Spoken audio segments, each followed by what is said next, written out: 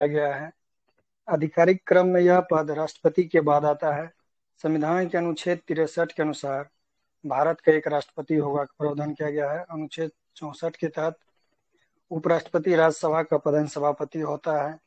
जिस अवधि के दौरान उपराष्ट्रपति अनुच्छेद 65 के अधीन राष्ट्रपति के कृत्यों का निर्वहन करता है, उस दौरान वह राज्यसभा के सभापति के पद के कर्तव्यों का पालन नहीं करेगा तथा अनुच्छेद 97 के अधीन सभापति को संदेय वेतन भत्ते का हकदार नहीं होगा। भारत के उपराष्ट्रपति का चुनाव संसद के दोनों सदनों के निर्वाचित और मनोनीत दोनों सदस्यों के द्वारा किया जाता है। अनुच्छेद हाँ, 66 जबकि के पहला राष्ट्रपति क्लोज के के चुनाव अनुसार में केवल निर्वाचित होते हैं, यहाँ पे मनोनीत भी शामिल होते हैं। ठीक है, याद रखिएगा। राष्ट्रपति को जो निर्वाचन की प्रक्रिया होती है उसमें निर्वाचित ही केवल शामिल होते हैं, लेकिन उपराष्ट्रपति निर्वाचित प्लस मनोनीत दोनों शामिल होते हैं। ठीक है, आगे चलिए। आर्टिकल 66 के 1 के अनुसार उपराष्ट्रपति का निर्वाचन अनुपातिक प्रतिनिधित्व पद्धति के अनुसार एकल संक्रमणीय मत प्रणाली के आधार पर होता है तथा ऐसे निर्वाचन में मतदान गुप्त होता है। अनुच्छेद 63 के तीसरा क्लोज के तहत उपराष्ट्रपति पद के लिए योग्यता का 66 के निर्धारण किया 3। गया है। हाँ, योग्यता की बात करेंगे तो होगा भारत का नागरिक होना चाहिए, 35 वर्ष की आयु पूरा कर चुका हो तथा राज्यसभा का सदस्य बनने के लिए योग्य हो। भारत के उपराष्ट्रपति को राज्यसभा के सभापति पद के लिए वर्तमान में 4 लाख रुपए प्रति माह 2018 के संसद के संशोधन अधिनियम के तहत 1 जनवरी 2016 से प्रभावी दिया जाता है।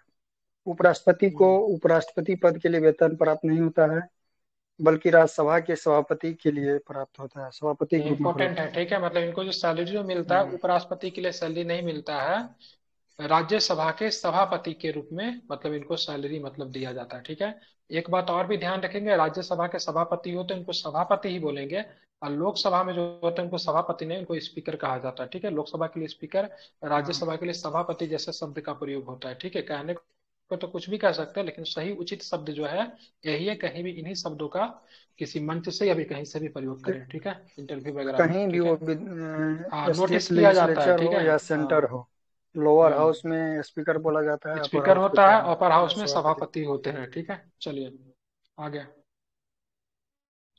अनुच्छेद 67 के अनुसार उपराष्ट्रपति का कार्यकाल पद ग्रहण की तिथि से 5 वर्षों तक होता है। अनुच्छेद 67 के प्रारूप क के अनुसार उपराष्ट्रपति राष्ट्रपति को संबोधित अपने हस्ताक्षर सहित लेख द्वारा अपना पद त्याग कर सकता है। हम्म, अनुच्छेद 67 के ख के अनुसार उपराष्ट्रपति राज्यसभा के ऐसे संकल्प द्वारा अपने पद से हटाया जा सकेगा जिसे राज्यसभा के तत्कालीन समस्त सदस्यों के बहुमत ने पारित किया हो और जिससे लोकसभा हम्म, सहमत हो। समस्त हम्म, तत्कालीन शक्ति का मतलब यहाँ हुआ इफेक्टिव मेजोरिटी, प्रभावी बहुमत। हम्म। उपराष्ट्रपति अनुच्छेद 69 में वर्णित प्रारूप में राष्ट्रपति या राष्ट्रपति द्वारा इस क्या है ठीक है, राष्ट्रपति द्वारा इस नियुक्ति किसी व्यक्ति के समक्ष पद की शपथ लेता है। बिल्कुल। तो आर्टिकल 69 में उपराष्ट्रपति का शपथ है। उपराष्ट्रपति शपथ किसके समक्ष लेगा? तो राष्ट्रपति के समक्ष लेगा, या फिर इधर बाय द वे राष्ट्रपति के द्वारा किसी नियुक्त व्यक्ति के मतलब मतलब सामने मतलब क्या लेंगे? तो मतलब ये शपथ लेंगे। कौन? तो उपराष्ट्रपति। ठीक है, ध्यान में आपको रखना है। सर 67 का ख क्या कहा, नहीं समझ में आया सर। 67 का ख। 67 के खा के 67 का अनुसार ख उपराष्ट्रपति राज्यसभा के ऐसे संकल्प द्वारा अपने पद से हटा जा सके जिसे राज्यसभा के तत्कालीन समस्त सदस्यों के बहुमत से पारित किया गया, मतलब उसका हटाने की प्रक्रिया जो दिया हुआ है 67 के ख में है। अच्छा, लोकसभा और जिससे 67 के समस्त क में क्या है? सदस्य। तो 67 के क में सर क्या है? उनका इसमें, इस्तीफा देने का तरीका है।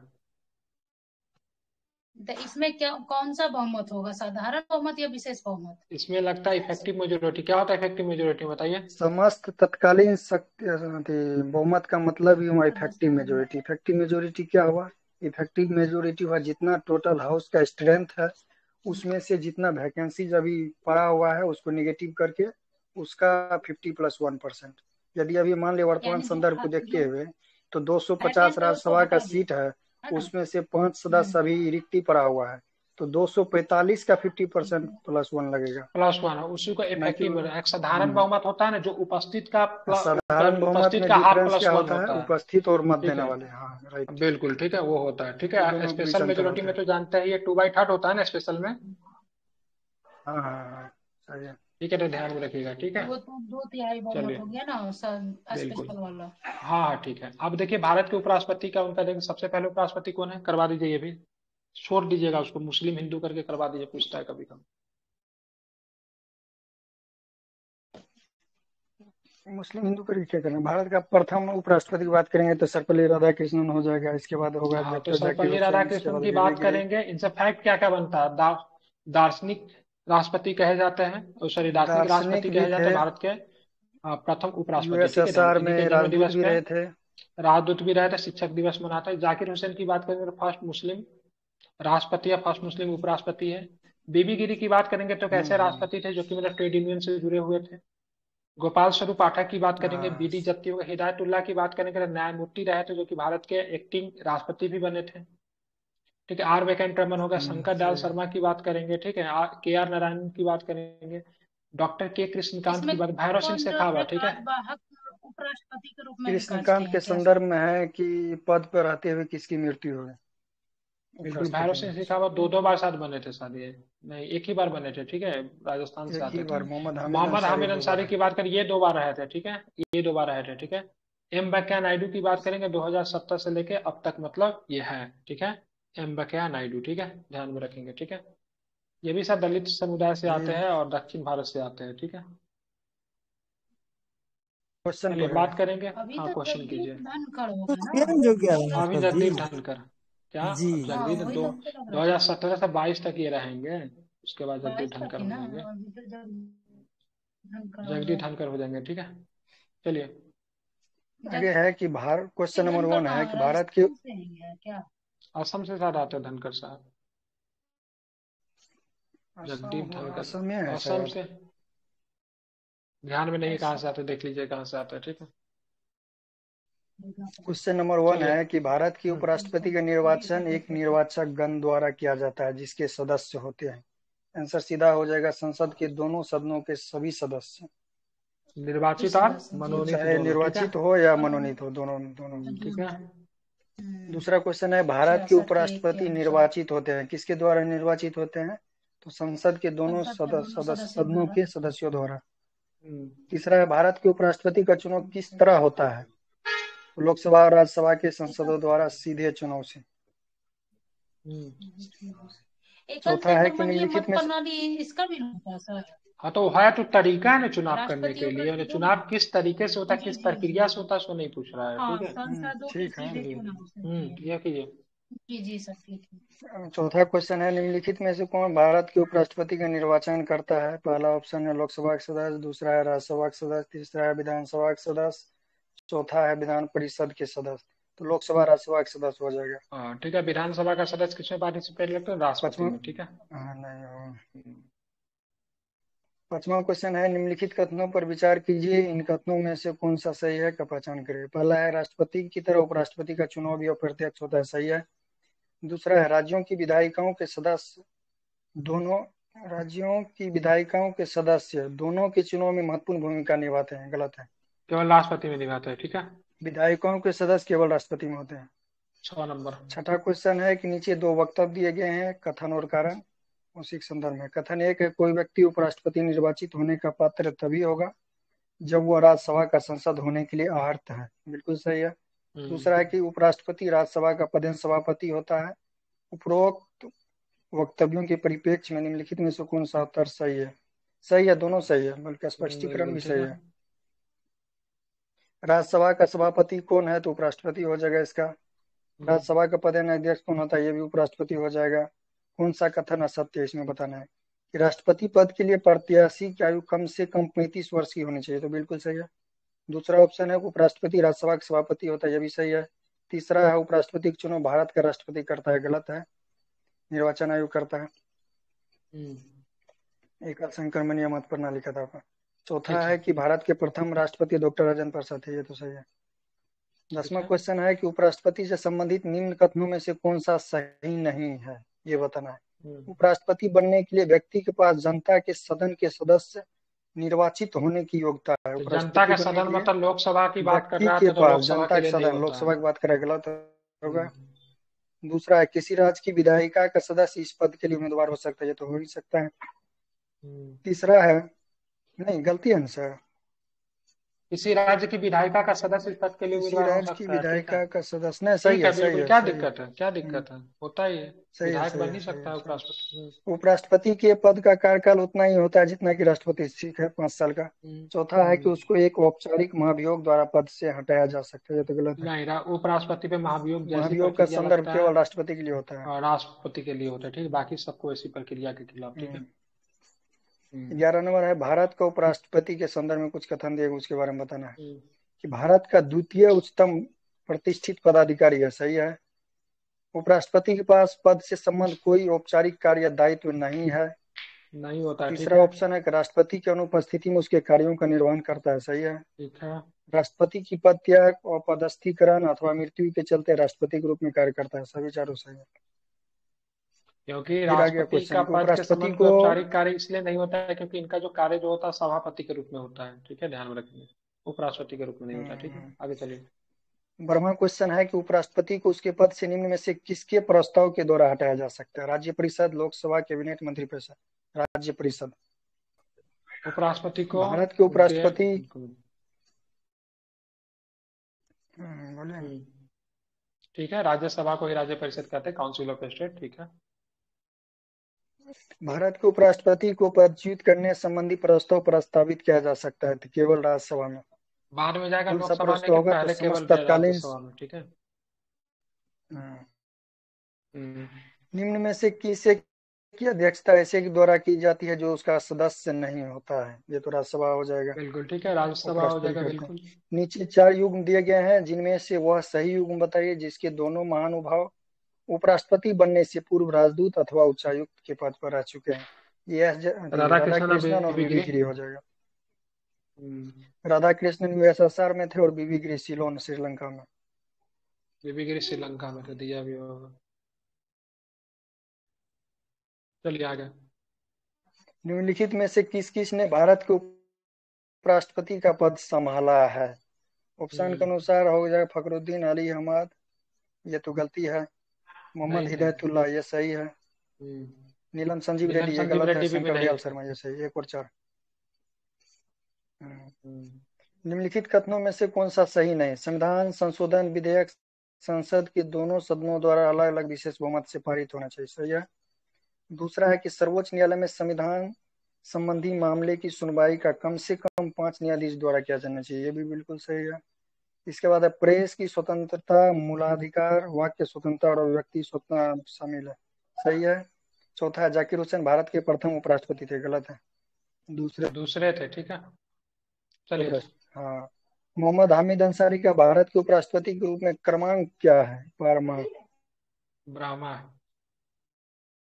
सर चलिए, तो एग्जीक्यूटिव का उपराष्ट्रपति को हटाने का विधि क्या है? जैसे इसमें तो कहा कि जैसे वही वही राष्ट्रपति को मतलब हटाने के लिए महाभियोग तो जैसी आपको प्रक्रिया से महाभियोग लाया हटाते जाता हैं। है। नहीं, वही इफेक्टिव महाभियोग मेजोरिटी जैसी से राज्यसभा से मतलब प्रक्रिया पास अलग होगा, है उसके बाद लोकसभा महाभियोग। में कहने जाएगा। का मतलब इसमें दिया कि हम्म, तो लोकसभा में पास होना जरूरी है या नहीं? जरूरी है, कैसे नहीं जरूरी है, लेकिन पहले उसको राज्यसभा में बिल्कुल प्रस्तुत जरूरी है। करेंगे। जरूरी कैसे नहीं है? लेकिन ऐसा नहीं कि राष्ट्रपति के लिए कहीं भी ला सकते हैं ना, लोकसभा राज्यसभा कहीं भी। लेकिन राष्ट्रपति के हाँ उपराष्ट्रपति के लिए यानी कहीं भी लाएंगे तो पहले राज्यसभा में लाएंगे, ना कि आएगा तो लोकसभा में। पहले राज्यसभा में। जी। चलो, एग्जीक्यूटिव का सही सर, केंद्रीय महाभियोग मंत्रिपरिषद आ गया, इसको भी कर दीजिए। केंद्रीय पास तो मंत्रिपरिषद में दोनों है। प्रधानमंत्री के। हम्म। अच्छा, 1 मिनट उसका सुन लीजिए। राज्यसभा में पहले इफेक्टिव मेजोरिटी से बिल पास हो जाएगा, यदि वहां से पास हो जाएगा तो सीधा लोकसभा में जाएगा उसके लिए, क्या बोलते हैं, पास होने के लिए। तो जैसे सिंपल मेजोरिटी से पास हो जाएगा, उपराष्ट्रपति हट जाएगा, कहानी खत्म। क्योंकि अभी तक कभी भी इसके बाद है प्रयोग नहीं किया केंद्रीय गया, मंत्री। ठीक है। ठीक है सर। हाँ, केंद्रीय मंत्रिपरिषद में प्रधानमंत्री, कैबिनेट मंत्री, राज्य मंत्री तथा उप मंत्री शामिल होते हैं। अनुच्छेद पूछता भी 74 है। के एक के अनुसार राष्ट्रपति को सहायता और सलाह देने के लिए मंत्रिपरिषद होगी, जिसका प्रधान प्रधानमंत्री होगा। राष्ट्रपति अपनी कृतियों का प्रयोग करने में मंत्रिपरिषद की सलाह से कार्य करेगा। 42वां संविधान संशोधन 1976 के द्वारा बोला गया है। परंतु हम्म। राष्ट्रपति मंत्रिपरिषद से ऐसे सलाह पर साधारणतया या अन्यथा पुनर्विचार करने की अपेक्षा कर सकेगा और राष्ट्रपति ऐसे पुनर्विचार के लिए पश्चात दी गई सलाह के अनुसार कार्य करेगा। ये 44वां संविधान संशोधन द्वारा शामिल किया गया है। 42वां के द्वारा इसको छीन लिया गया था, 44वां के द्वारा फिर 44वां से में एक बार दे दिया गया। पुनर्विचार के लिए शामिल कर दिया गया। अनुच्छेद 74 के दूसरा क्लोज के अनुसार इस प्रश्न की किसी न्यायालय में जांच नहीं की जाएगी कि क्या मंत्रियों ने राष्ट्रपति को कोई सलाह दी या नहीं दी। यदि दी है तो क्या दी, या कुछ भी मतलब नहीं होगा। आर्टिकल 75 के 1 के अनुसार प्रधानमंत्री की नियुक्ति राष्ट्रपति करेगा और अन्य मंत्रियों की नियुक्ति राष्ट्रपति प्रधानमंत्री की सलाह पर करेगा। 75 के 1 के क के अनुसार मंत्रिपरिषद में प्रधानमंत्री सहित मंत्रियों की कुल संख्या लोकसभा के सदस्यों की कुल संख्या के 15% से अधिक नहीं होगी। कब आया था ये? संविधान संशोधन अधिनियम 91वां संविधान संशोधन अधिनियम 2003 के द्वारा उपर्युक्त प्रावधान को संविधान में शामिल किया गया। अनुच्छेद 75 के 2 के अनुसार मंत्री राष्ट्रपति के प्रसाद पर्यंत अपना पद धारण करते हैं। बिल्कुल।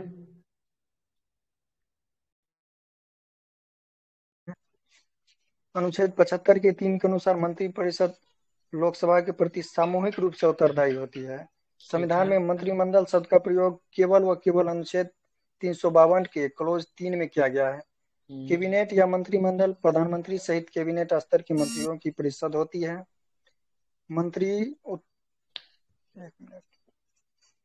मंत्रीय उत्तरदायित्व के कारण अधिकारी अनामता के सिद्धांत से संरक्षित रहते हैं और अधिकारियों के द्वारा किए गए कार्यान्वयन की जिम्मेदारी अंतिम रूप से मंत्री की होती है। केंद्रीय कैबिनेट सचिवालय सीधे प्रधानमंत्री का अधीन होता है। ठीक है। इसका प्रशासनिक प्रमुख कैबिनेट सचिव होता है, जो सिविल सर्विसेज बोर्ड का पदेन अध्यक्ष भी होता है। आर्टिकल 75 के 5 के अनुसार कोई मंत्री जो निरंतर 6 माह की किसी अवधि तक संसद के किसी सदन का सदस्य नहीं है, उस अवधि की समाप्ति पर मंत्री नहीं रहेगा। प्रधानमंत्री तथा अन्य मंत्रियों को शपथ राष्ट्रपति दिलाता है। प्रधानमंत्री अपना त्यागपत्र राष्ट्रपति को देता है। संघीय मंत्रिमंडल की बैठक की अध्यक्षता प्रधानमंत्री करते हैं। आर्टिकल 77 के अनुसार प्रधानमंत्री राष्ट्रपति की ऐसी सूचना देगा जो संघीय प्रशासन तथा विधान के बारे में उसके द्वारा मांगी गई हो। 15 अगस्त 1947 को केंद्र में मंत्रालयों की संख्या 18 थी। वर्तमान में केंद्र में मंत्रालयों की संख्या 51 है।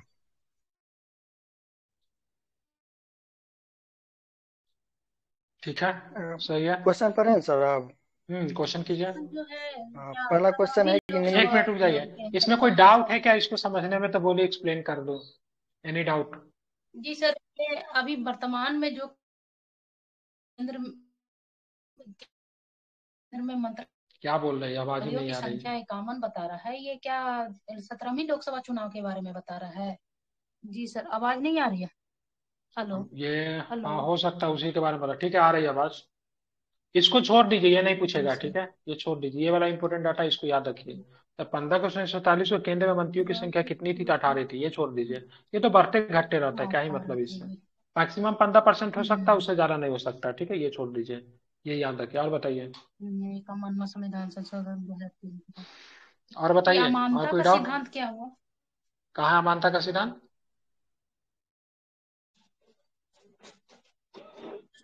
अनामता के सिद्धांत आपका पता नहीं, इसका इंग्लिश देखना पड़ेगा। मंत्री बताइए ना। जी सर, मंत्रीय उत्तरदायित्व के कारण अधिकारी अमानता के सिद्धांत से संरक्षित रहते हैं और अधिकारियों के द्वारा किए गए कार्यान्वयन की जिम्मेदारी अंतिम रूप से मंत्री की होती है। तो अमानता का सिद्धांत क्या हुआ?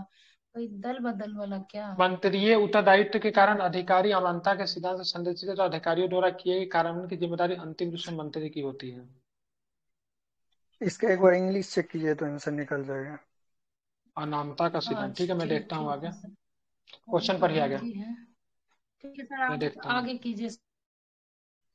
क्वेश्चन है कि निम्नलिखित कथनों पर विचार कीजिए और नीचे दिए गए कूट से सही उत्तर का चुनाव कीजिए। पहला है, संघ की कार्यपालिका शक्ति प्रधानमंत्री में निहित होती है। गलत है, राष्ट्रपति में होती है। दूसरा है, प्रधानमंत्री की नियुक्ति राष्ट्रपति द्वारा की जाती है। बिल्कुल सही है। तीसरा है, प्रधानमंत्री मंत्रिपरिषद के प्रधान होते हैं। यह भी सही है। चौथा है कि यह आवश्यक नहीं है कि नियुक्ति के समय प्रधानमंत्री संसद के किसी सदन का सदस्य हो। यह भी सही है। यानी 2, 3, 4 सही है। 2, 3, दूसरा 4 ठीक क्वेश्चन है, है, आगे। के अंदर उनको ये सदस्यता ग्रहण करनी होगी ना? ये तो जरूरी अनामता होता का है मतलब है ना सुपर पोजिशन प्रिंसिपल होता है।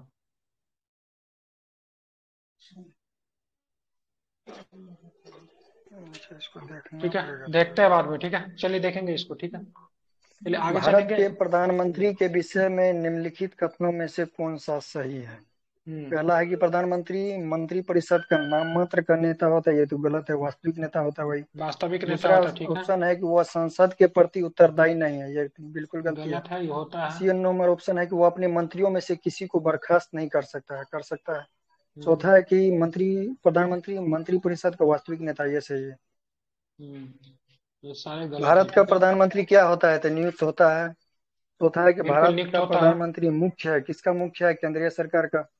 केंद्रीय सरकार का, ठीक है। पांचवा क्वेश्चन है कि भारत के संविधान के अनुच्छेद 78 में क्या प्रावधान किया गया है, प्रधानमंत्री के दायित्व या कर्तव्य का वर्णन किया गया है। छठा क्वेश्चन है कैबिनेट का ठीक है। तात्पर्य क्या है, कैबिनेट स्तर के मंत्री से तात्पर्य है कैबिनेट का। कैबिनेट में बिल्कुल। सम्मिलित कौन होते हैं, केवल कैबिनेट मंत्री। आठवां है कि संविधान में मंत्रिमंडल शब्द का एक ही बार प्रयोग हुआ, किसमें हुआ, 352 के तीसरा क्लोज में। नौवां क्वेश्चन है कि संघ सरकार के संदर्भ में निम्नलिखित कथनों पर विचार कीजिए और उपयुक्त में से कौन सा सही है उसका पहचान करें। एन गोपाल स्वामी अयंगार समिति ने सुझाव दिया था कि किसी मंत्री और किसी सचिव को प्रशासनिक सुधार करने और उसे बढ़ावा देने के लिए पूर्णतः नामित किया जाना चाहिए।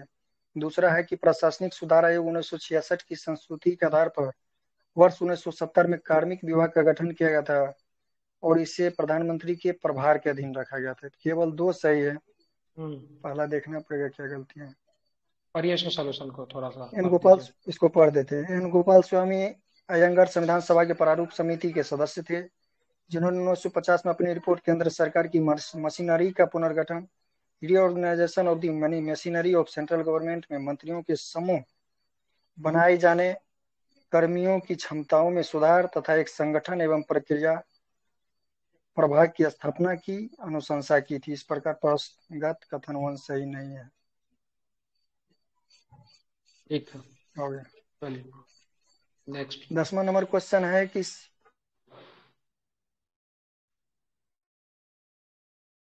तो 10वां नंबर पढ़िए।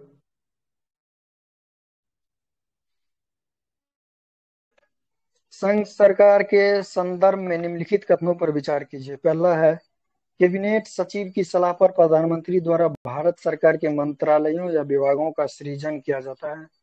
दूसरा है हर एक मंत्रालय को प्रधानमंत्री की सलाह पर भारत के राष्ट्रपति द्वारा किसी मंत्री को प्रदान किया जाता है। उपरोक्त कथन में से कौन सा सही है, केवल दो सही है।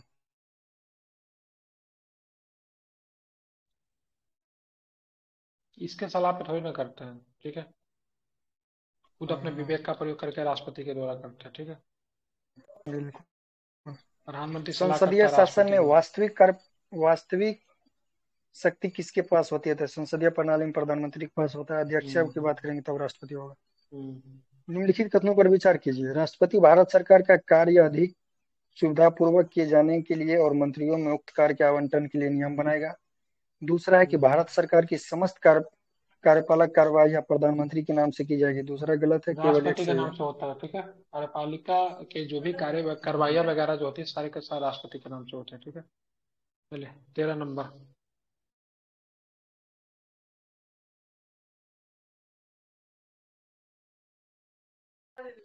13 नंबर में यदि भारत के प्रधानमंत्री संसद के उच्च सदन के सदस्य है तो क्या हो सकेगा। पहला तो जब ऑप्शन भी है कि वे अविश्वास प्रस्ताव विश्वास पाएगी प्रस्ताव की स्थिति में अपने पक्ष में वोट नहीं दे अपने सकेंगे, वोट यही नहीं दे होगा। सकते हैं, ठीक है। ध्यान रखिए, कोई लोकसभा का नेता होता है ना, इसलिए नहीं दे सकते, ठीक है। चलिए। भारतीय संविधान के निम्नलिखित प्रावधानों में से कौन सा प्रावधान मंत्रिपरिषद की नियुक्ति तथा पदच्युति को विवेचित करता है। ये तो आर्टिकल 75 हो जाएगा। आमतौर पर भारत के प्रधानमंत्री क्या होते हैं, लोकसभा के सदस्य होते हैं। भारत के प्रधानमंत्री की नियुक्ति के समय पहला ऑप्शन है कि यह जरूरी नहीं है कि वह संसद के दोनों सदनों में से एक का आवश्यक रूप से सदस्य हो, परंतु उसे 6 माह के अंदर आवश्यक रूप से दोनों में से एक सदन का सदस्य हो जाना चाहिए, सही है। दूसरा है कि जरूरी नहीं है कि वह संसद के दोनों सदनों में से एक का आवश्यक रूप से सदस्य हो, परंतु उसे 6 माह के अंदर लोकसभा का सदस्य होना, ये गलत है, किसी भी सदन को हो जाना चाहिए। बिल्कुल। 17 नंबर क्वेश्चन है भारत का प्रधानमंत्री बनने के लिए न्यूनतम आयु कितनी चाहिए, तो 25 वर्ष चाहिए, क्योंकि लोकसभा से जाएगा तो 25, राज्यसभा से 30। प्रधानमंत्री वो क्या होता है, राष्ट्रपति के द्वारा नियुक्त किया जाता है। ठीक है। अग्रलिखित में से कौन सा वक्तव्य सही है। भारत का प्रधानमंत्री संसद के दोनों सदनों के सदस्यों में से अपने मंत्रियों का चयन करने के लिए स्वतंत्र है। दूसरा ऑप्शन है कि वो इस विषय में भारत के राष्ट्रपति के साथ उचित परामर्श करके अपने मंत्रिमंडल के सहयोगियों का चयन कर सकता है। तीसरा ऑप्शन है कि अपने मंत्रिमंडल में मंत्री के रूप में काम करने के लिए व्यक्तियों का चयन करने में पूर्णतः स्वविवेक का प्रयोग करता है, यही सही है। चौथा लास्ट ऑप्शन है कि अपने मंत्रिमंडल के सहयोगियों का चयन करने में सीमित शक्तियां रखता है, क्योंकि स्वविवेक प्रयोग की शक्तियां भारत के राष्ट्रपति में नहीं होती। नहीं नहीं, गलत है। ऐसा नहीं। स्वविवेक के अनुसार मंत्री मंत्रालय गठन करेगा, केवल राष्ट्रपति उस पर साइन कर देगा। हम्म। इसमें क्वेश्चन है कि जो व्यक्ति संसद का सदस्य नहीं है केंद्रीय मंत्री रह सकता है? बिल्कुल रह सकता है, 6 माह के रह अंदर सकता इसको है, लेकिन लेना। 6 माह से ज्यादा सॉरी, नहीं। कितने? हाँ, 6 मंथ मैक्सिमम पीरियड के लिए। हम्म। भारत में वह मंत्री जो संसद के दोनों सदनों में से किसी सदन का भी सदस्य नहीं है, उसे मंत्री के पद से मुक्त हो जाना पड़ता है। कब? जब 6 माह में वो 6 महीने बाद। नहीं ग्रहण किया, सदस्यता नहीं लिया सदन का, तो मुक्त हो जाएगा। भारत की संसद के संबंध में निम्नलिखित में से कौन सा कथन सही नहीं है? पहला है कि संविधान में एक संसदीय प्रणाली की सरकार का प्रावधान है, ये गलत है, कहीं भी जिक्र नहीं है। दूसरा है, नहीं सॉरी, सही नहीं, ये तो सही है, संसदीय प्रणाली की सरकार का प्रावधान है, सही है। संसदीय प्रणाली सही है, संघीय प्रणाली नहीं। ठीक है। स्वरूप में संघीय है, ठीक है, देश का स्वरूप में संघीय है, ठीक है। संसदीय प्रणाली को तो हमने अपनाया ही है, ठीक है। हाँ, ब्रिटेन से। संसद का सर्वप्रमुख कार्य है मंत्रिमंडल का प्रावधान करना, ये भी सही है। मंत्रिमंडल की सदस्यता निम्न सदन तक सीमित है, ये गलत है। गलत है। मंत्रिमंडल अपर हाउस का भी मेंबर बन सकता है। है। मंत्रिमंडल को लोकप्रिय सदन में बहुमत का विश्वास प्राप्त रहना चाहिए, ये तो सही है। 23 नंबर क्वेश्चन है कि भारत का प्रधानमंत्री किसके प्रति जवाबदेही है? ये तो लोकसभा के प्रति, जवाबदेही है। सामूहिक रूप से, व्यक्तिगत से राष्ट्रपति के प्रति। सर 19 नंबर जरा क्वेश्चन समझाइएगा। ये दोनों सदनों के सदस्यों को मंत्रियों का चयन करने के लिए स्वतंत्र नहीं होता है, सिर्फ लोकसभा से होता है। भारत का सिर्फ प्रधानमंत्री संसद के दोनों सदनों के सदस्यों में से अपने मंत्रियों का चयन करने के लिए स्वतंत्र है। राज्यसभा से नहीं आते हैं उनके कैबिनेट में। थोड़ा सा हमको स्वविवेक से करता है, ये तो पता है। ये तो सही लग रहा है। यही तो हमको डाउट था सर। देख ले, सही तो लग रहा है, इसमें कोई दो राय नहीं है। लेकिन अगर ऑप्शन को अगर हम देखें, ठीक है, तो तीसरा वाला ऑप्शन ज्यादा अच्छा मतलब ज्यादा सटीक लग रहा है उसके कंपेरिजन में, क्योंकि एबीसीडी करके नहीं दिया हुआ है। अपने मंत्रिमंडल मंत्री के रूप में काम करने के लिए व्यक्तियों का चयन करने का पूर्णतः स्वविवेक का प्रयोग करता है। और ये संसद तो के सही दोनों है। सदनों में से अपने मंत्रियों का चयन करने के लिए वो स्वतंत्र है। पहला इसलिए गलती दे रहा है सर, पहला इसलिए गलती दे रहा है कि लिखा हुआ है कि संसद के दोनों सदनों के सदस्यों में से अपने मंत्रियों का चयन करने के लिए स्वतंत्र है। दोनों सदनों के सदस्य को तो कर ही सकता है, बल्कि जो सदन का सदस्य नहीं है उसे भी कर सकता है। दैट्स व्हाई रॉन्ग है ये। जी सर, हाँ। बोल सकते हैं ऐसा, अच्छा, चलिए। तो यहाँ केवल नहीं ना लगाया सर? केवल अगर लगा देता बाहरी कि व्यक्ति को केवल भी, जो दोनों सदन का सदन। सदस्य नहीं ना किसी का, उसको भी मंत्री नियुक्त कर सकता है, बाहरी व्यक्ति को भी। जी सर, तो केवल नहीं ना लगाया है। केवल लगा देता तब गलत होता, आपकी बात से मैं डाउट है सहमत थोड़ा। हूँ। और पता है, अगर यहाँ अमेरिका जैसे देश में ना, इसमें तो कम से अगर कम केवल बाहर के लगा व्यक्ति देता को मंत्री तो बना के कम से कम उसको सदन का सदस्य तो बनाना पड़ता है ना। अमेरिका जैसा देश में कुछ नहीं बनाना पड़ता, जहाँ पे आदेशात्मक शासन प्रणाली है ना, और फिर जिसको मन चाहेगा उसको बनाने किसी भी सदस्यता वगैरह उसको का बैठा जरूरत नहीं होगा है। जी। किसी को भी बना सकते हैं। जी ठीक है, चलिए आगे देखिए। ठीक है सर। तो ऐसे भी जो ऑप्शन अप्रोप्रिएट होता है ज्यादा उसी को लिया जाता है। हाँ, क्योंकि वैसा ऑप्शन कुछ है नहीं, ठीक है। क्या है कि मंत्री यूपीएससी का परिषद ना किसके क्वेश्चन प्रति है इसमें। उत्तरदायी होते हैं? बताइए, किसके प्रति उत्तरदायी होते हैं मंत्री परिषद? सस्पिशियस फिर से किसके प्रति लोकसभा। उत्तरदायी होते हैं मंत्री सामूहिक परिषद? रूप से तो लोकसभा ये 24 नंबर क्वेश्चन है ना। 24 में है, हम देखिए 26 देख व्यक्तिगत रहे हैं। अच्छा, 24 पढ़िए, पहले 24 पढ़िए। होता है ना। मंत्री परिषद सामूहिक रूप से उत्तरदायी होता है, पहला है कि लोकसभा के लोकसभा के प्रति। प्रति, ये भी सही है। ये एक सामूहिक और संवैधानिक व्यक्तिगत रूप से बाध्यता नहीं के दिया है अंतर्गत इसलिए जी। कि 75 के 3 के अनुसार लोकसभा, दिया गया है। हाँ। सही है, 1 2 3। अब मंत्री परिषद उत्तरदायी होते हैं राष्ट्रपति के प्रति, प्रधानमंत्री के प्रति, संसद के प्रति, अध्यक्ष या स्पीकर पर। सब गलत है, केवल ये होगा, क्या बोलते हैं, लोकसभा। लोकसभा का बच्चा, ऑप्शन है नहीं है। लोकसभा के प्रति।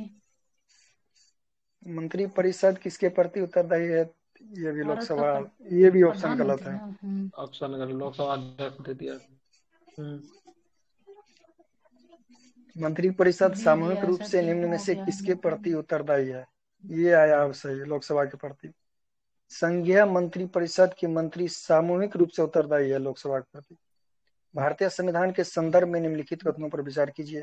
पहला है कि संघ मंत्री परिषद लोकसभा के प्रति सामूहिक रूप से उत्तरदायी होगी, सही है। सामूहिक रूप से। दूसरा है कि संघ के दूसरा तो मंत्री गलत हो गया, राष्ट्रपति प्रधानमंत्री के प्रसाद पर्यंत अपने पद धारण किए, तो गलत। राष्ट्रपति के, ठीक है, क्या होगा? नहीं, प्रधानमंत्री की राष्ट्रपति के जगह पे प्रसाद क्या होगा? होता। राष्ट्रपति। नेक्स्ट। राष्ट्रपति होगा। 30 नंबर क्वेश्चन है कि भारत संघ में बोल रहे हैं और झगड़ा करो घर में, ठीक है, मारपीट कर लो। घर में गिलास होगा, कटोरा होगा, चला चला के मारो। 30 नंबर पर है।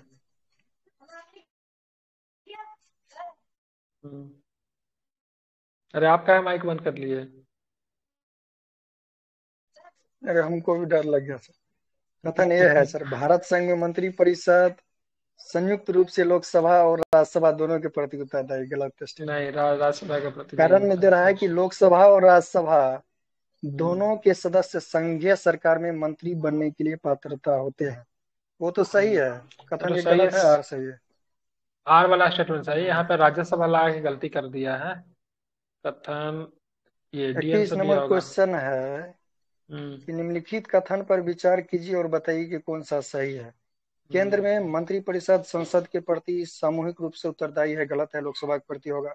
दूसरा है संघीय मंत्री भारत के राष्ट्रपति के प्रसाद पर्यंत पद धारण करता है। ये सही है। सही है। तीसरा है कि विधि निर्माण हेतु प्रस्ताव के बारे में प्रधानमंत्री राष्ट्रपति को सूचित करेगा। ये बिल्कुल सही है। 2 और 3 सही है। क्योंकि राष्ट्रपति के पास ही तो फाइनली रूप से जाएगा पास होकर। 32 नंबर। 32 नंबर क्वेश्चन है कि निम्नलिखित में से किसका भारत के संविधान में तो स्पष्ट उल्लेख नहीं है पर परिपाटी के रूप में पालन किया जाता है। पहला है कि वित्त मंत्री को निम्न सदन का सदस्य होना चाहिए। ये तो क्या बोलते हैं, ये तो गलत है ना सर? सरासर गलत है। हाँ। कोई भी दूसरा सदन का ऑप्शन है हो कि सकता है। प्रधानमंत्री यदि निम्न सदन में बहुमत खो देता है तो उसे त्याग पर देना चाहिए। बस ये मोरल चीज को फॉलो कर रहा है, यही होगा। किसी भी सदन में का हो, डजेंट मैटर। अगर वहां पे अगर खो दिया तो उसको दे देना है। मंत्रिपरिषद भारत में सभी भागों का प्रतिनिधित्व होना चाहिए, ऐसा कोई प्रावधान नहीं है। हालांकि ध्यान में रखा जाता है इस चीजों को, लेकिन ऐसा कोई प्रावधान नहीं है। ठीक है, चलिए। 33 नंबर क्वेश्चन है कि भारतीय राजनीतिक व्यवस्था में कार्यपालिका डैश के अधीन रहकर कार्य करती है। विधायिका के। कार्यपालिका को हमेशा विधायिका के अंतर्गत रखा जाता है और न्यायपालिका को विधायिका से अलग रखा जाता है। ठीक है, ध्यान में रखिएगा, जो कि आर्टिकल 50 भी न्यायपालिका कहता को है। दोनों से स्वतंत्र रखा जाता है। 50। न्यायपालिका के ऊपर तो कार्यपालिका के ऊपर न्यायपालिका तो हमेशा पकड़ बना के रखती है, रख सकता है। देखते हैं, एक आदेश जारी करता है, स्थिति खराब हो जाता है। न्यायपालिका का पकड़ कार्यपालिका कार्यपालिका के विधायिका ऊपर के होता प्रति है, विधायिका के रिस्पॉन्सिबल ऊपर नहीं होता। है, बट न्यायपालिका न्यायपालिका के प्रति रिस्पॉन्सिबल पूर्णतः स्वतंत्र कार्यपालिका है दोनों नहीं से। है। ठीक है, स्वतंत्र है, लेकिन न्यायपालिका कार्यपालिका के ऊपर पकड़ बना सकती है। ठीक है, चलिए। हाँ, तो न्यायपालिका का गठन उसी के लिए किया ही गया हाँ है। हाँ, ठीक है। कौन सा कहता है? आर्टिकल 50 कहता है विधायिका, न्यायपालिका को विधायिका से स्वतंत्र हाँ, रखते। बिल्कुल। चलिए, 34 नंबर। निम्नलिखित में से कौन सा एक प्रस्ताव भारत में मंत्री परिषद रख सकता है? अविश्वास, स्थगन, विश्वास। विश्वास प्रस्ताव रखेगा मंत्री परिषद। अविश्वास प्रस्ताव कौन अपोजिशन रखेगा? पार्टी रखेगा, विपक्ष वो वाला सब रखेगा। ठीक है, विश्वास प्रस्ताव। ये सब समझने में दिक्कत नहीं ना होता आप लोगों को? नहीं समझ में आता है, बताइएगा। विश्वास प्रस्ताव क्या होता है, यार विश्वास प्रस्ताव का, के स्थगन लोग को प्रस्ताव क्या दिक्कत होता होगा। है, भर्त्सना प्रस्ताव क्या होता है, पूछिएगा, बताऊंगा सबको। ठीक है, नहीं आता है समझ में।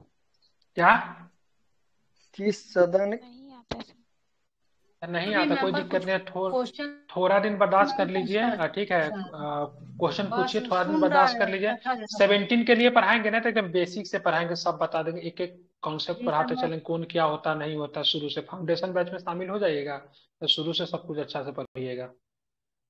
ठीक है,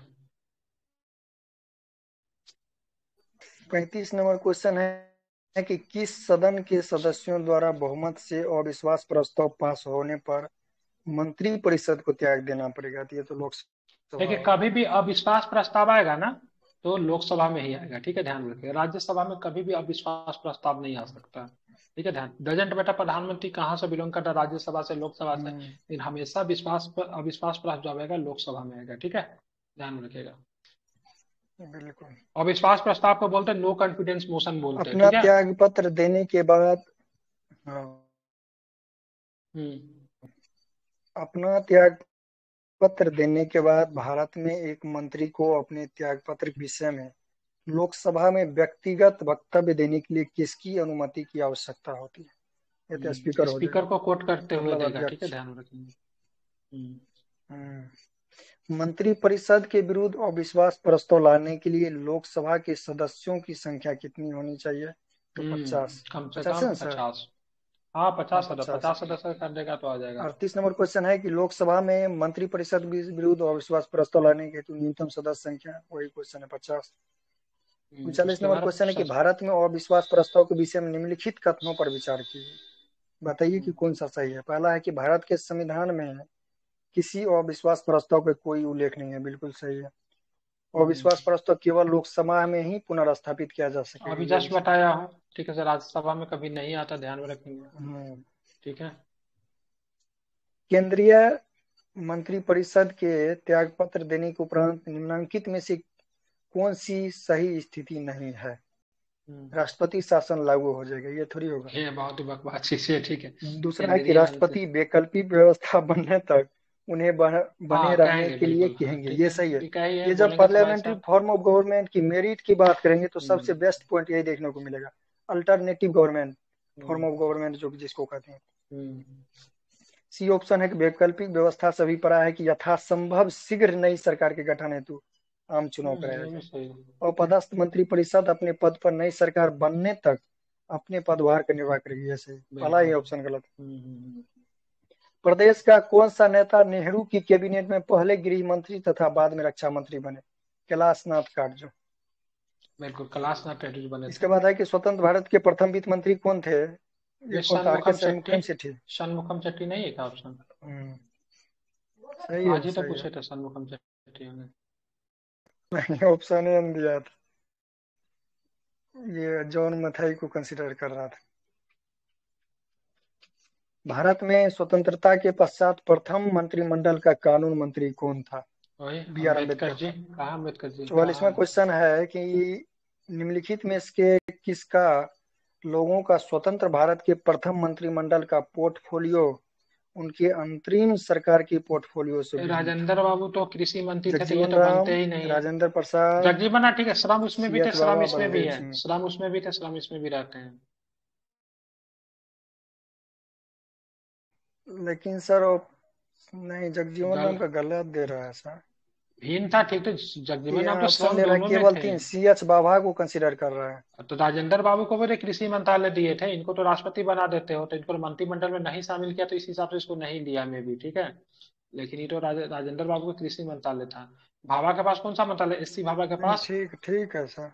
हम्म, खान वाला था कह क्या रहा है एससी कि भाभा के साथ? भिन्न थे, मत सीएच बाबा के पास दूसरा कौन मंत्रालय हाँ होगा। ठीक है, और वैसे राजेंद्र बाबू को भी कंसीडर कर सकते थे, क्योंकि उनके पास कृषि था, इसमें तो शामिल ही नहीं किया, तो नहीं शामिल किया, इसीलिए उनको छाट दिया, ठीक है। एससी बाबा का इसको दिया गया था, वाणिज्य दिया गया था 1940 में, साथ खान वाला था, खान है, ठीक है।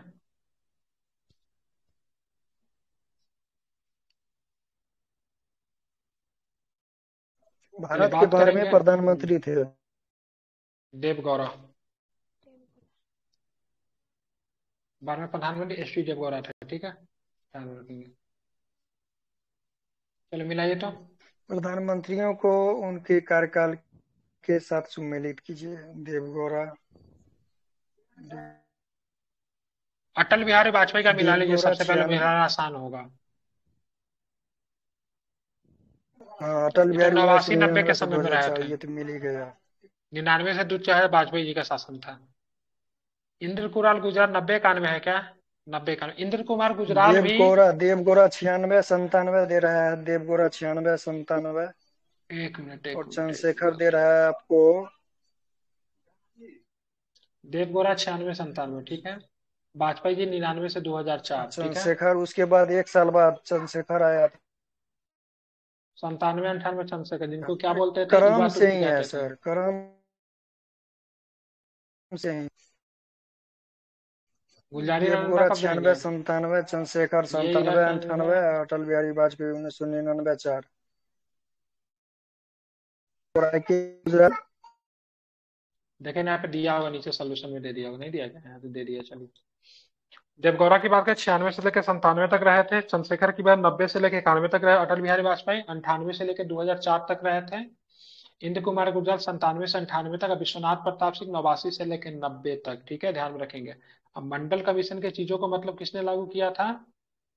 बीपी मंडल ने, ठीक है। विश्वनाथ प्रताप देखिए सिंह ने मतलब किया था, ठीक है, ध्यान में इसको रखेंगे, ठीक है।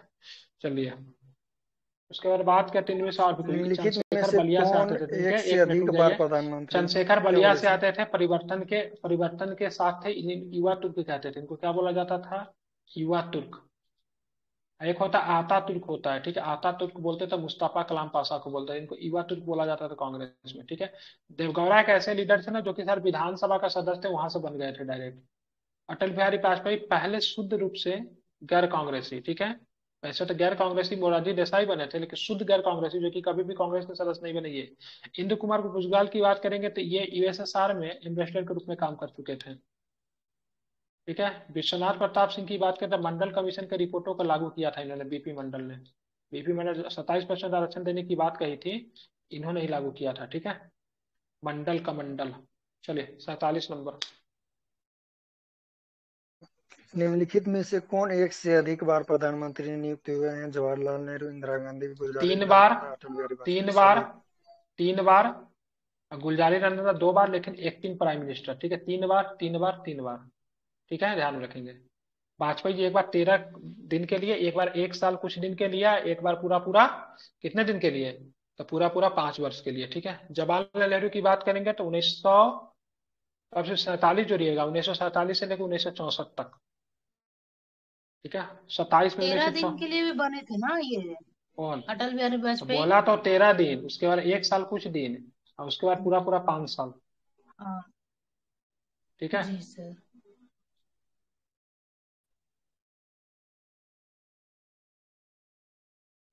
अगला चलिए, क्वेश्चन है कि निम्नलिखित में से अब पद किन्होंने पे अपने मरने वाले कौन थे? राजनीतिक ये जीवन पद पे में मरे, भारत ये के पद पे मरे, और प्रधानमंत्री? शास्त्री जी पद पे मरे, और कोई यहाँ पद पे मरने वाला है? शास्त्री जी, नहीं, ठीक जवाहरलाल है, नेहरू, अपना इंदिरा गांधी, और कोई पद पे? राजीव गांधी। राजीव गांधी पद पे नहीं था, ठीक है, उसमें जिस समय मरे थे उस समय पद पे नहीं थे, अच्छा, चुनावी यात्रा के दौरान थे, देश में चुनाव होने वाला था। चलिए, गुलजारी नंदा 2 बार एक्टिंग बने थे, ठीक है। 48 नंबर पढ़िए। निम्नलिखित में से किन्होंने अपने राजनीतिक जीवन में भारत के प्रधानमंत्री का पद एक बार से अधिक समय अंतराल के बाद सुशोभित किया है? ये हो जाएगा डायरेक्ट ये आंसर, गुलजारी ये लाल नंदा हो जाएगा, ये ये इंदिरा लाल गांधी हो बहादुर जाएगा, शास्त्री अटल नहीं। बिहारी वाजपेयी हो जाएगा। 1 3 4 5 कहाँ है? नहीं, 3 4 एवं 5। 3 4 5 होगा। गुलजारी लाल नंद, इंदिरा गांधी और जवाहरलाल नेहरू तो लगातार रहे हैं ना। तो क्या पूछ रहा जवाहरलाल है ये? नेहरू तो लगातार रहे हैं। पूछ क्या रहा भारत है ये? का रहा एक से अधिक बार अधिक समय अंतराल के बाद बने हैं। अच्छा, ठीक है, तो नेहरू जी नहीं होंगे तो फिर बड़ा अच्छा बड़ा पूछ दिया, ठीक है, तो ये हो जाएंगे, ठीक है। नेहरू जी कंटिन्यू रहे थे, ठीक है। भारत के किस प्रधानमंत्री की मृत्यु देश के बाहर हुई थी? तो लाला लाजपत राय 1966 में, ताशकंद से लाला हुई थी। लाजपत राय का प्रधानमंत्री बने थे लाल बहादुर शास्त्री। ओ लाला लग रहा हूँ लाल बहादुर शास्त्री में से दूसरे। लाल बहादुर शास्त्री, सॉरी। 11 जनवरी उन्नीस सौ शासन में छियासठ इन्हीं को की मृत्यु हुई भूतपूर्व थी ना, यूएसएसआर शासन ताशकंद, में हाँ से। हाँ, यूएसएसआर का पार्ट हाँ था उस समय उज्बेकिस्तान, ठीक है। चलिए आगे बढ़ेंगे, 50 नंबर। सर, इसके हम्म पहले वाला जो क्वेश्चन था वो समझ में नहीं आया, क्या कह रहा था? किन्होंने अपने अरे राजनीतिक मतलब जीवन बोल में रहा है ना, भारत के कंटिन्यूअस प्रधानमंत्री? नहीं रहा, ठीक है, क्वेश्चन का है। कंटिन्यूअस नहीं रहा।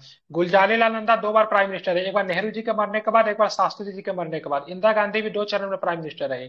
एक बार मतलब क्या होता है, अच्छा। इमरजेंसी लगाने के बाद चुनाव हार जाती है, फिर चुनाव लड़ती है, तो फिर 80 हाँ, में इनकी सरकार आ जाती है, 80 में सरकार आती है, तो 80 में फिर इनकी हत्या हो जाती है, ठीक है। अटल बिहारी वाजपेयी भी कब बने, ठीक है, 2 2 बार करके बने, मतलब पहले बने 96 में बने, 96 से लेकर कुछ दिन की सरकार रही, फिर जाके 99 से लेकर 2004 तक सरकार रहा था, बीच में गैप ले लेके बने, ठीक है। बल्कि यानी जवाहरलाल नेहरू लगातार 3 टर्म में तो रहा है, लेकिन कंटिन्यूअस वे में रहा है, ठीक है। ध्यान रखो, कंटिन्यूअस। चलिए आइए। जी। चरण सिंह उत्तर प्रदेश के मुख्यमंत्री रहे थे। नरेंद्र मोदी गुजरात से आ जाएंगे। निम्नलिखित देवगौड़ा साहब की बात करेंगे तो ये अविभाजित आंध्र प्रदेश से आते थे। मोरारजी देसाई आते थे, बंबई से आते थे, ये गृह मंत्री के रूप में काम कर चुके थे। और पीवी नरसिम्हा राव कर्नाटक से आते थे। गलती कर दी हम, पीवी नरसिम्हा राव शायद यहाँ पे चल जाएगा।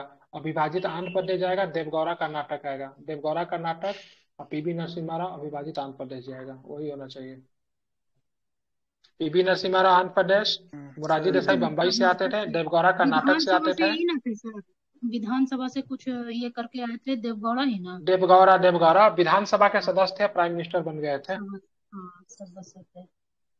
चरण सिंह चलिए, तो वही क्वेश्चन को फिर से रिपीट कर दिया है कि निम्नलिखित में से कौन भारत के प्रधानमंत्री बनने से पूर्व किसी भी राज्य के मुख्यमंत्री नहीं रहे थे? देवगौड़ा, नरसिम्हा राव, मोरारजी देसाई, चंद्रशेखर मोरारजी देसाई बॉम्बे के मुख्यमंत्री रहे थे, ठीक है। उसके बाद हम्म, पीवी नरसिम्हा राव की बात करें तो क्या बोलते हैं, आंध्र प्रदेश के देवगौड़ा मुख्यमंत्री रहे थे। कर्नाटक के। देवगौड़ा की बात है, कर्नाटक का मुख्यमंत्री रहे थे। इनका बेटवा तो अभी भी कर्नाटक का कुछ दिन पहले तक मुख्यमंत्री था।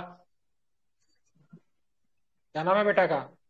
अच्छा, कोई देवगौड़ा था ना मुख्यमंत्री, इन्हीं का पुत्र है ना। कोनो देवगौड़े न होगा। बता दे रहा हूँ ना।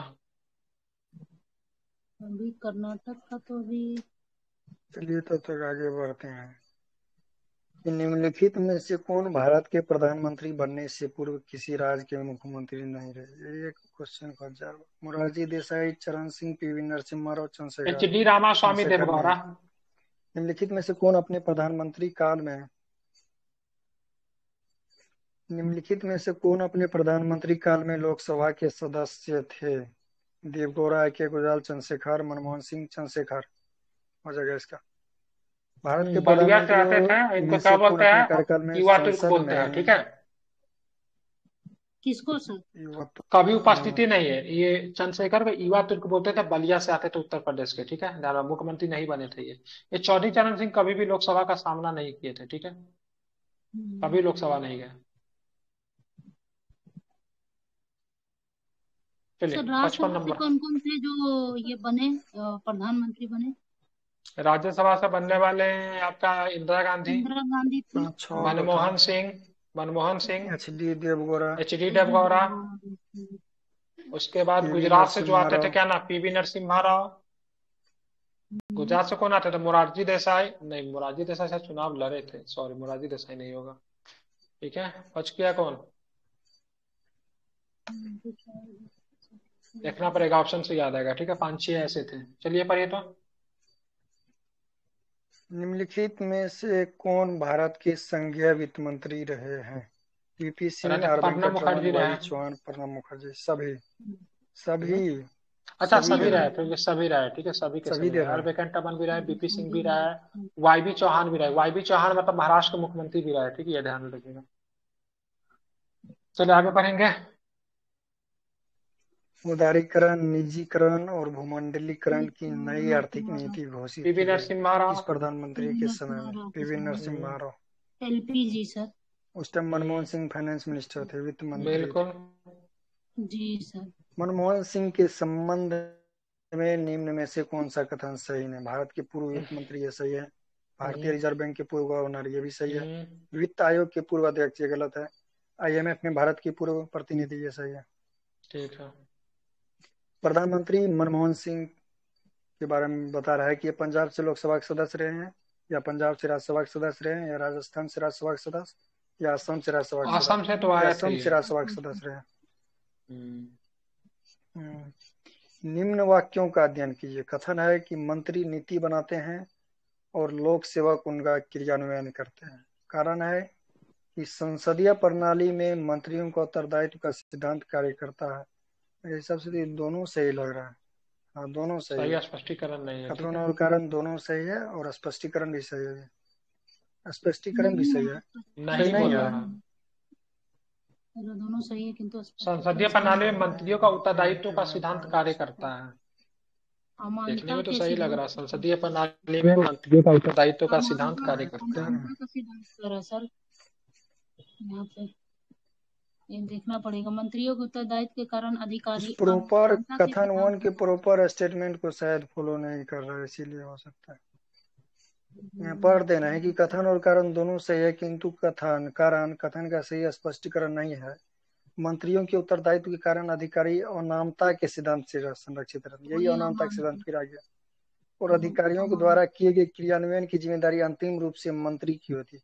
अच्छा, हाँ तो ये अंतिम तो रूप से सही है। मंत्री की होती है, ना कि तो उसकी बिल्कुल बिल्कुल लोक नहीं, सेवक अंतिम रूप की। से मंत्री की होती है। ठीक है, अगर कोई भी अगर गलती अगर करेगा ना इसीलिए कैबिनेट, कह रहा हूँ। मतलब किसी, हर कैबिनेट को संभालने वाला तो सचिव होता है। मान लीजिए किसे रक्षा विभाग है, ठीक है, तो रक्षा विभाग का कोई कैबिनेट सचिव अगर गलती कर दिया तो वो तो अधिकारी होता है। उसका जिम्मेवारी कैबिनेट सचिव की नहीं होगी। आप पर्सनली व्यक्ति तौर पे आप उसको जो खरी खोटी सुनाना सुना दीजिए, डजेंट मैटर। लेकिन आपके डिपार्टमेंट जो गलती जो है उसके रिस्पॉन्सिबल उस डिपार्टमेंट के मिनिस्टर को लेना पड़ेगा, मीडिया के सामने, पब्लिक के सामने उसको फेस करना पड़ेगा, ना कि उस अधिकारी को। ठीक है, वो अधिकारी किसके प्रति रिस्पॉन्सिबल होगा? मिनिस्टर के प्रति रिस्पॉन्सिबल होगा व्यक्तिगत तौर पे। लेकिन देश के प्रति, सबके प्रति, अंतर्राष्ट्रीय राष्ट्रीय स्तर पे कौन रिस्पॉन्सिबल होगा? तो उस डिपार्टमेंट का मिनिस्टर रिस्पॉन्सिबल होगा। ठीक है, अब मिनिस्टर मतलब किसके रिस्पॉन्सिबल होगा? तो फिर मतलब लोकसभा या फिर प्राइम मिनिस्टर को उसको जवाब देना पड़ेगा। ऐसे काम करता है। ठीक है, वो लोकसभा जी थोड़ी ना अधिकारी से प्रश्न पूछेगा, से आपके डिपार्टमेंट को अधिकारी को बुला के लाइए। चाहे आप मंत्री थोड़ी बहाना बना सकता तो हम नहीं किए वो किया है। जवाब किसको देना पड़ेगा? मिनिस्टर को जवाब मंत्री देना को। पड़ेगा। जी चलिए। 60 नंबर क्वेश्चन है कि निम्न कथनों पर विचार कीजिए और दिए गए कूटों से सही उत्तर का चयन कीजिए। कथन है कि किसी व्यक्ति को उप प्रधानमंत्री कहना केवल राजनीतिक निर्णय है। सही है। बिल्कुल, ऐसा कोई पद कारण ही दे नहीं रहा है। है कि वह उसे प्रधानमंत्री का कोई अधिकार प्रदान नहीं करता। ये भी सही है। ठीक है, लेकिन बिल्कुल ठीक है। स्पष्टीकरण की जब बात करेंगे तो लिखा है कि स्पष्टीकरण सही नहीं है।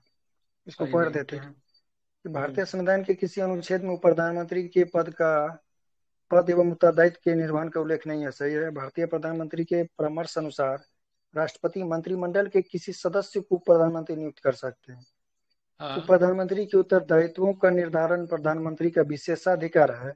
इस प्रकार कथन एवं कारण दोनों सही है, किंतु कारण कथन का सही व्याख्या नहीं है। तो सर, प्रधानमंत्री का कोई उप अधिकार प्रधानमंत्री प्रदान नहीं पद का करता, ये नहीं सृजन समझ में हुआ आ रहा। है। कहने का हाँ मतलब ये तो बिल्कुल दे ठीक है। रहा है अब ना। प्रधानमंत्री अपने विशेषाधिकार का प्रयोग करके करते हैं। ठीक है, उसे हाँ, तो प्रधानमंत्री का कोई विशेषाधिकार तो अधिकार कोई प्रदान नहीं। अधिकार नहीं प्रधानमंत्री प्रदान जो कर रहा है, तो चाहेगा कर वो रहा है चीज ना। उसको देगा। हाँ बिल्कुल ठीक है, मतलब ऐसा नहीं कि मतलब उसके लिए कोई मतलब रिस्पॉन्सिबिलिटी मतलब फिक्स है। ठीक है, समझ गया ना। अकॉर्डिंग टू बात ये करेंगे सर प्राइम मिनिस्टर हमेशा जो के लिए तो चाहे। नहीं रहता है ना। ये तो बेसिकली चाहेगा तब इसको अच्छे से देख किया प्रधानमंत्री जाता का नहीं नहीं नहीं, अगर नियुक्ति मान इसीलिए लीजिए, किया जाता है कि अगर, अपने बर्डन को कम करने के लिए। हाँ, अपने बर्डन को, जैसे प्रधानमंत्री विदेश चले गए, ठीक है, तो अभी देखते हुए विदेश जब जी जाते हैं तो देखते हुए पता नहीं चलता से देश कौन संभाल रहा है। हालांकि राजनाथ सिंह और होम मिनिस्टर इसको संभाल लेते हैं। ठीक है, लेकिन अगर मान लीजिए प्रधानमंत्री विदेश चले गए तो 2-3 दिन के लिए उप प्रधानमंत्री को पावर देके चले जाएंगे। लेकिन ये डिपेंडेबल नहीं हो सकता, प्रधानमंत्री के सारे पावर को उप प्रधानमंत्री प्रयोग कर सकता है। ठीक है, उसके लिए टेक्निकल पावर देके जाएगा, आप मेरे इसी शक्ति का प्रयोग कर सकते हैं। ऐसा नहीं कि से उनके जगह पे काम कर रहा है तो प्रधानमंत्री के सारे शक्ति का प्रयोग कर लेगा। ठीक है, जैसे कि उपराष्ट्रपति करते हैं क्या राष्ट्रपति के अब्सेंट में। ठीक है, क्योंकि वो संवैधानिक जी पद है, वहां पे बोला है उपराष्ट्रपति के अब्सेंट में, सॉरी, राष्ट्रपति के अब्सेंट में उपराष्ट्रपति सारे कार्यों का निर्वहन उपराष्ट्रपति, करेगा। हाँ। लेकिन जी सर। प्रधानमंत्री के अब्सेंट में उपराष्ट्रपति, सॉरी, उप प्रधानमंत्री सारे कार्यों का निर्वहन नहीं करेगा। प्रधानमंत्री जो कार्य देगा उसको वही कार्य का निर्वहन करेगा। ठीक है, ये बात कह रहा है। ठीक, चलिए। समझ गए। एग्जाम्पल प्रधानमंत्री देखने की कोशिश करेंगे तो अटल बिहारी वाजपेयी के समय जो लाल कृष्ण अडवाणी जी, आडवाणी थे, उसको देखिए किस अगर प्रकार से मान काम लीजिए कर देश रहे में थे। कोई दिक्कत हो जाएगा थोड़ी ना अडवाणी जी प्रधानमंत्री के तौर पर मतलब कुछ ऐसा कुछ करना शुरू नहीं, कुछ नहीं करेंगे। जो काम उनको दिया बस एक नाम मात्र का पद है, जो कि प्रधानमंत्री अपने विशेष अधिकार से बना देते हैं अपने button, just like cabinet minister. ठीक है, कैबिनेट मिनिस्टर को भी इतना पावर होता है समझा डिपार्टमेंट हम्म, संबंधी चीजों को रिस्पॉन्सिबिलिटी ले सकता है, लेकिन उप प्रधानमंत्री के पास नहीं होता है। ठीक, समझ गए। ठीक सही है। है। अगला क्वेश्चन है 62 नंबर है 61 कि सर। निम्नलिखित कथनों पर एकसठ विचार एकसठ कीजिए। एकसठ भारतीय दोबारा भी एकसठ पर ही है। उप प्रधानमंत्री पद का सृजन। उप प्रधानमंत्री पद का सृजन हुआ है, मूल संविधान के अंतर्गत हुआ था। ये गलत है, संविधान के प्रावधानों से हटकर हुआ है, यही सही है। यही 44वें सही है, संविधान गैर संशोधन गलत, संवैधानिक पद है 50वें ना। संविधान संशोधन गलत। हम्म हम्म। संशोधन कर गैर देंगे तो संवैधानिक पद भी संवैधानिक हो नहीं है, जाएगा ना। इसको गैर संवैधानिक भी नहीं कह सकते। पूर्णतः देखिए तो लिखा तो है सर इसमें। पूर्णतः गैर संवैधानिक पद नहीं है, ठीक है, पूर्णतः गैर संवैधानिक पद इसको नहीं काउंट करता, ठीक है। चलिए, जो कि पूर्णतः गैर क्वेश्चन है संवैधानिक पद 62 है नंबर सर। क्वेश्चन। एक्सप्लेनेशन में तो दिया है सर। अरे घटना चक्र में थोड़ा थोड़ा गलती भी दे देता है। अच्छा, गैर संवैधानिक पद वो सब पद हुआ जिसके लिए संसद में कोई ना कोई विधि बनाया गया हो। हाँ, गैर मतलब इसको संवैधानिक तो काउंटर मतलब करने प्रधानमंत्री को के क्या लिए। कौन सा बनाया विधि बनाया हाँ, गया है बताइए। गैर संवैधानिक का मतलब क्या हुआ सर? जैसे जो एनएच संविधान में गैर गैर संवैधानिक संवैधानिक का संविधान से मतलब, एक हटकर मिनट है। रुकिए, एक मिनट, गैर संवैधानिक का मतलब ये नहीं होता तो संविधान में चर्चा नहीं किया गया। गैर संवैधानिक जी का मतलब होता है वो पद कभी ना आए, उसको काउंटर करने के लिए अलग से विधि का निर्माण किया गया है, ठीक है, उसको गैर संवैधानिक बिल्कुल। बोलते हैं, ठीक है। चलिए, 62 नंबर प्रश्न हाँ पढ़िए। तो समझ गया। इसको नैतिक पद कह सकते हैं संविधानोत्तर इसको। कहना उचित होगा। हाँ, ठीक है। हाँ ये चलिए, भी सही है। 62 नंबर। निम्नलिखित और कथनों पर विचार कीजिए। भारतीय संघ की कार्यपालिका शक्ति प्रधानमंत्री में निहित होती है। टोटली रॉन्ग, गलत है, ठीक है, राष्ट्रपति में। संघ की कार्यपालिका शक्ति दूसरा है कि राष्ट्रपति में निहित होती प्रधानमंत्री है, ठीक है, सिविल सेवा बोर्ड का अध्यक्ष ये भी होता है। ये गलत है, भी ठीक है। गलती है। ये भी सिविल गलत है सेवा सर। बोर्ड का अध्यक्ष कौन होता है? कैबिनेट कैबिनेट सचिव शायद सचिवालय होता होता है। है, कैबिनेट सचिवालय, दोनों ठीक है। गलत है। हम्म। 63 नंबर क्वेश्चन है कि केंद्रीय सरकार के संदर्भ में निम्नलिखित कथनों पर विचार कीजिए और उपर्युक्त कथन में से कौन सा सही है का पहचान करें। भारत के संविधान में उपबंध है कि समस्त कैबिनेट मंत्री अनिवार्य रूप से केवल लोकसभा के ही सदस्य होंगे। ये टोटली केवल रॉन्ग है। लोकसभा के तो ऐसा राज्यसभा तो के नहीं भी है हो सकते हैं। नहीं, अनिवार्य दूसरा रूप से। है हम्म, केंद्रीय कैबिनेट सचिवालय संसदीय कार्य मंत्रालय के निर्देशाधीन कार्य नहीं, करता नहीं, है। नहीं, ये गलत है। बिल्कुल गलत है। ये किसके अधीन काम कंप्लीटली करता है क्या? इंडिपेंडेंट होता है केंद्रीय सचिवालय।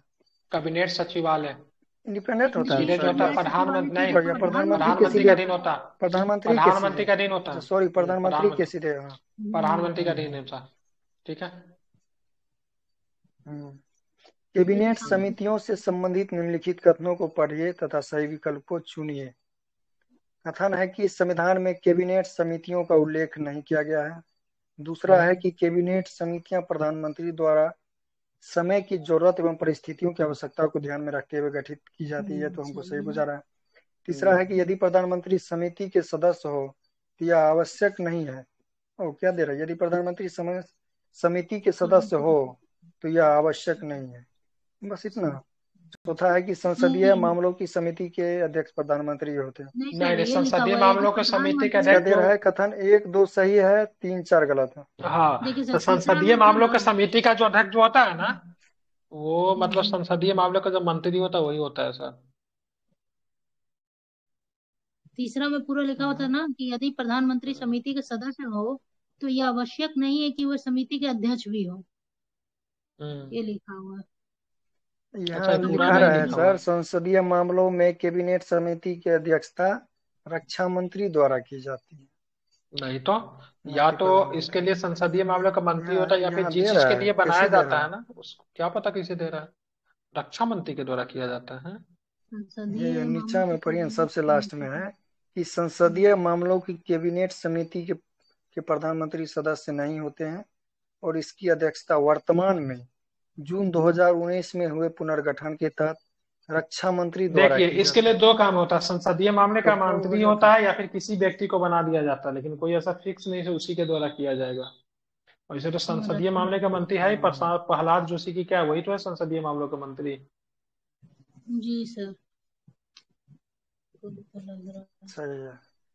चलिए, केंद्र सरकार में उच्चतम नागरिक सेवा अधिकारी कौन होता है? तो तो ये तो वही हो जाएगा, सरकारी मंत्रिमंडल नौकरी सचिव। से इससे बड़ा पद नहीं मिल सकता, ये सबसे बड़ा पद होता है सरकारी नौकरी से प्राप्त करने वाला। हाँ। इससे बड़ा पद नहीं होता मंत्रिमंडल सचिव का। चलिए, मंत्रिमंडल ठीक है। निम्नलिखित संविधान संशोधनों में से कौन सा एक यह बताता है कि मंत्रिमंडल में कुल मंत्रियों की संख्या प्रधानमंत्री को सम्मिलित करते हुए लोकसभा के सदस्यों की कुल संख्या 91 के अमेंडमेंट। 15% से अधिक नहीं अरे, हो। दिल्ली वाला में 91 क्या होता है, दिल्ली वाला में अमेंडमेंट। कुछ चेंज हो जाता है ना। 10%, दिल्ली वाला में 10%। दिल्ली वाला में 10% है, लेकिन संख्या एक लिमिट संख्या से कम भी नहीं हो सकती है ना। लिमिट संख्या कितनी है? 7 उससे कम नहीं हो सकती। लिमिट 7 है ना है। 7 से कम नहीं हो सकती सर। लिमिट 7 है, नहीं तो दिल्ली के सेंस में दोनों चीज अलग है, सात गो मंत्री का पद भी अलग है, और दिल्ली में ना क्या बोलते हैं उसको, कोरम की संख्या भी अलग है। कोरम 10 से कम नहीं हो सकती, ठीक है, कोरम जो है आपका 10 से कम कोरम नहीं हो सकती, ठीक है। तो दिल्ली में 1/10 करेगा तो 7 को कोरम होता था, दिल्ली में कम से कम 10 को कोरम होना चाहिए, कोरम 10 से कम नहीं होती है। मंत्री, तब मंत्री कितना हो जाएगा सर?